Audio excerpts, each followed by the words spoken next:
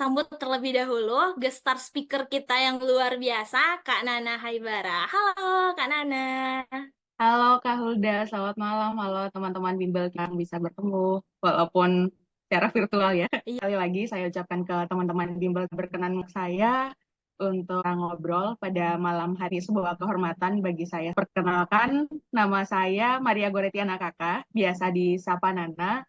Saat ini saya bekerja di salah satu institusi media di Jakarta. Saya berasal dari Sumba Barat, Nusa Tenggara Timur. Jadi jauh-jauh nih dari Nusa Tenggara Timur merantau ke Jakarta. Namun di sela kesibukan saya sebagai pekerja media, saya juga aktif Duta Jenama atau brand ambassador Duta Jenama di Narabahasa sebagai yang memang fokus untuk pelayanan, edukasi, konsultasi, aplikasi yang didirikan oleh Uda Ivan Lanin. Makanya kalau teman-teman lihat di media sosial saya, khususnya di Instagram itu menggaungkan tagar serunya bahasa Indonesia. oke, langsung aja nih Kak Nana, kita masuk ke diskusi kita sih peran bahasa ini bagi kakak, apalagi dari sudut pandang kakak dengan pendidikan. Ya, ya, sebenarnya ini pertanyaan yang menarik dan rasanya tidak cukup kalau kita bahas dalam podcast ini karena memang ada banyak aspek mau tidak mau itu menggunakan bahasa Indonesia. Saya lebih banyak membahas akhirnya itu membantu saya secara pribadi bisa berkomunikasi dengan orang-orang yang berbeda latar belakang dengan saya, lalu juga membantu saya untuk mengakses berbagai bahan belajar yang mungkin juga tidak bisa saya temukan di daerahnya. Secara itu berbeda setara Sumba dengan Jakarta. Jadi bahasa ini bukan hanya semata-mata alat aplikasi bagi saya dalam dunia pendidikan, tetapi itu juga adalah salah satu cara saya untuk dia membangun imajinasi, membangun proyeksi-proyeksi, khususnya dalam dunia pendidikan. Karena memang dari SD itu saya tertarik sekali dengan bahasa Indonesia. Saya itu sering ikut lomba debat, terus pidato, dan itu memang lebih banyak menggunakan bahasa Indonesia ya, ataupun Inggris. Dan itu yang membantu saya untuk juga menyuarakan keresahan-keresahan saya. Misalnya di NTT ada banyak isu, misalnya kayak kawin tangkap yang terjadi di Sumba atau kekerasan terhadap perempuan dan anak itu adalah isu-isu yang sebenarnya juga eh, apa ya mungkin masih di atas nama budaya, tetapi ketika saya punya kan berbahasa yang baik dan benar, baik dalam artian tadi ya saya akhirnya punya kekuatan untuk menyuarakan keresahan-keresahan saya tentang isu-isu tersebut. Bagaimana saya bisa menyuarakan keresahan-keresahan, tentu ada medium, ada banyak platform, baik itu tadi ya ketika saya ikut lomba, ketika saya berbicara seperti sekarang ini, juga mungkin ketika saya aktif terlibat dalam komunitas itu. Jadi memang bahasa ini yang mempersatukan saya, bukan hanya ketika saya mengenyam pendidikan dalam ranah formal, tetapi juga dalam konteks-konteks non formal dan informal itu mengantarkan saya untuk memahami nih dunia di sekitar saya gitu, melatih daya empati saya secara pribadi gitu. Jadi perannya dalam dunia pendidikan itu juga semakin berjenjang. Kalau dari SD kan memang kita masih banyak belajar ya, SD sampai SMP itu memperkaya kosakata gitu, karena mungkin kosakata kita juga terbatas, setiap harinya itu akan terus bertambah lewat uh, obrolan-obrolan kita ataupun lewat bacaan-bacaan itu. Dan pas udah SMK, kebetulan saya sekolahnya SMK Negeri 1 dan ambilnya jurusan pariwisata teman-teman. Jadi sering merisan lagi satu sama lain. Dulu saya sekolahnya pariwisata dan itu membutuhkan keterampilan berbahasa gitu. Ketika saya harus tadi ya berinteraksi dengan para wisatawan, berinteraksi dengan teman-teman yang memang bergerak di dunia pariwisata, itu akhirnya semakin terasah di situ di SMK. Dan keterampilan saya untuk menggunakan bahasa asing itu. Ketika menggunakan bahasa Indonesia mungkin memang ada konteks-konteksnya, tapi kalau untuk pariwisata kan pasti skala global ya, jadi memang mau tidak mau harus belajar untuk menggunakan bahasa asing. Lalu ketika kuliah saya kebetulan mengambil prodi ilmu komunikasi dan konsentrasi studinya jurnalistik. Disitulah saya merasa bahwa bahasa ini punya kekuatan untuk dan itu sangat terbantu sih ketika berada di dunia kerja gitu. Benar-benar bahasa ini adalah apa ya, bukan hanya sebuah komunikasi bagi saya secara pribadi, tetapi juga sebagai salah satu medium untuk saya merawat kemanusiaan, rayakan panggilan hidup saya sebagai manusia, dan juga turut tadi merawat peradabannya lewat keterampilan-keterampilan yang saya miliki, membagikan cerita-cerita menarik lah dunia ini sekarang, gimana media sosial kita, gimana media-media kita itu sudah begitu menjamur, dan kita sudah susah sekali untuk membedakan mana yang benar-benar merupakan kebenaran atau mana hal-hal yang sebagai sebuah kebenaran itu. Jadi pada titik paling paling klimaks dari peran bahasa dalam pendidikan itu tadi, yang akhirnya mengantarkan saya untuk bisa membedakan bahwa tidak semua yang saya dengarkan, tidak semua hal yang saya baca adalah satu-satunya kebenaran itu, tapi juga bisa kita verify dengan kemampuan kita berbahasa, karena itu akan beriset dengan kemampuan kita riset juga.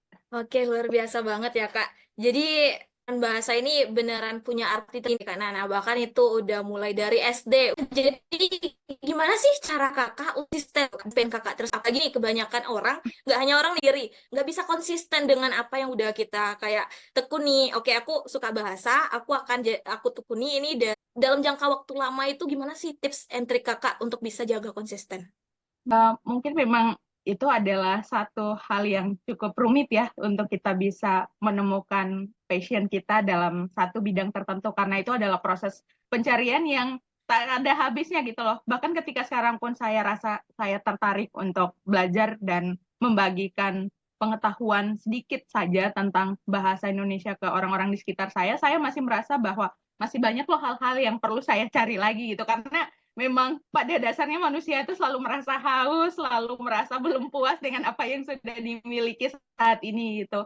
Bagaimana sampai pada akhirnya saya menemukan kecintaan saya dan fokus pada apa yang saat ini saya lakukan, tentunya berlangsung hanya dalam waktu yang singkat itu juga tentunya pasti dan dukung orang-orang di sekitar saya menemukan satu titik fokus saya saat ini adalah bahasa, karena sejak SD itu saya aktif dan terlibatnya di komunitas yang fokus di isu literasi. Literasi ini sebenarnya beririsan dengan banyak isu, dan bagaimana kita menyebar luas semangat literasi, membangun budaya literasi dalam kesehariannya, kita membuat keterampilan baik, bukan hanya kita berbicara satu sama lain, tapi kita untuk menulis, keterampilan kita untuk mendengarkan, keterampilan kita untuk menyimak, itu juga adalah bagian dari keterampilan bersih, bahkan keterampilan untuk orang-orang atau situasi dan suasana di sekitar kita gitu. Apa ya, tidak hanya secara teoritis, tapi juga secara praktis. Karena juga situasi dan kondisi di Sumba itu teman-teman belum ada toko bukunya, belum ada Gramedianya. Dan di zaman saya sekolah, belum ada listrik yang masuk ke sana. Kami pun belum punya akses ke ini alat-alat teknologi seperti handphone atau gawai lainnya yang bisa kami maksimalkan dalam kehidupan, entah untuk sekadar cari hiburan atau berinteraksi dengan orang-orang daring gitu. Melihat situasi dan kondisi itu, saya merasa anak-anak dari daerah-daerah yang tadi tidak punya aksesibilitas yang cukup terhadap sarana dan prasarana itu sebenarnya punya kemampuan, punya kualitas diri yang juga sangat luar biasa. Nah, ini yang menggerakkan saya untuk gabung. Kalau teman-teman tahu, dulu saya gabung di Forum Anak, terus kemudian saya gabung di kelompok peneliti hak. Itu yang memungkinkan saya untuk bisa mengakses bahan-bahan bacaan dari luar Pulau Sumba. Jadi tiap kali saya kegiatan keluar kota, itu saya selalu meluangkan waktu untuk mampir ke toko buku itu, karena kalaupun di Sumba ada, itu jualnya buku loakan, dan kebanyakan buku-buku yang memang kualitasnya itu juga sudah tidak bagus lagi, tidak layak baca. Rata-rata pun itu masih buku-buku komik. Memang juga standarisasi bahan bacaan di sekolah juga masih terasa gitu. Kalaupun ada perpustakaan, bahan-bahan bacaan yang dikasih, oh kamu tidak boleh baca bahan-bahan bacaan di luar buku-buku pelajaran, harus baca buku-buku pelajaran nih biar kamu pintar, karena dulu masih ya diskriminasi atau book shaming lah ya terhadap bahan-bahan. Beberapa teman diaspora pemuda NTT, kami itu terhubung secara online juga teman-teman. Kami mendirikan yang namanya komunitas buku bagi NTT. Latar belakang kenapa mendirikan komunitas ini juga berangkat dari keresahan-keresahan kami tadi itu. Kami punya semangat baca nih, tapi tidak. Nah, kami yang sudah berada di luar NTT yang punya akses lebih besar ke toko buku atau buku-buku yang ada di luar daerah ini, kita juga turut membagikan bahan-bahan bacaan untuk adik-adik di NTT. Nah, dari tahun 2 sampai dengan sekarang kami sudah 1 dekade mendirikan lebih dari 200 taman baca. Kami sudah menyumbangkan lebih dari 200.000 buku juga untuk teman-teman di berbagai taman baca ini. Kita perlu tetap merawat semangat itu karena ketika lulus kuliah itu bukan pertama sudah selesai dengan apa yang namanya belajar, tapi bagaimana lu belajar dengan level yang lebih serius lagi. Itu yang akhirnya jadi prinsip saya dan membawa saya untuk tetap aktif di dunia literasi ini. Top 1 sampai 10 aku baca, Hulda. Atau gimana tuh, Kak? Boleh Uh, di-sharingkan. Sebenarnya kalau jenis bacaan beragam, saya selalu membaca buku fiksi dan juga baca non fiksi. Kalau baca fiksi itu kan untuk melatih imajinasi kita, juga bagaimana melatih supaya saya menggunakan kosakata yang lebih cair, yang lebih lentur, tidak selalu kaku gitu. Kalau bacaan yang non fiksi kan biasanya bacaan-bacaan yang memang memberi asupan-asupan nutrisi bagi saya untuk lebih kritis, terus juga memperkaya sudut pandang saya juga. Kebanyakan kan selalu kalau dapat pelajaran di sekolah ngerasa udah paling pintar nih kalau udah dapat nilai A gitu. Padahal setelah coba konsumsi beragam bacaan, ternyata pengetahuan kita belum komprehensif loh. Ada banyak nih sudut pandang, ada banyak temuan-temuan teori-teori selama ini luput dari pelajaran-pelajaran di sekolah, dan itu yang saya temukan. Jadi kalau ditanya soal buku favorit, sebenarnya semua buku itu favorit gitu karena punya peran dan kontribusinya sendiri-sendiri dalam kehidupan sehari-hari. Kalau di masa kecil, buku yang sangat berpengaruh dalam hidup saya, mungkin teman-teman tahu majalah Bobo, itu penting sekali karena mengajak saya itu untuk berimajinasi. Walaupun saya tinggal di kampung nih, ternyata saya menjelajahi berbagai tempat dengan membaca buku-buku yang non fiksi seperti majalah Bobo tadi. Terus teman-teman tahu komik Detektif Conan, itu serial banget, itu pun dikemas dalam cerita non fiksi, tapi sebenarnya benar tokoh-tokoh dalam komik Conan ini membangun argumen mana mereka mengamati situasi di sekeliling mereka, menemukan bukti-bukti, kemudian menemukan kebenaran yang tersembunyi di balik cerita-cerita itu juga sangat membantu ketika saya sudah ada di dunia kerja, apalagi ketika saya bekerja di dunia media. Kan salah satu peran utama dari industri media adalah kamu menjadi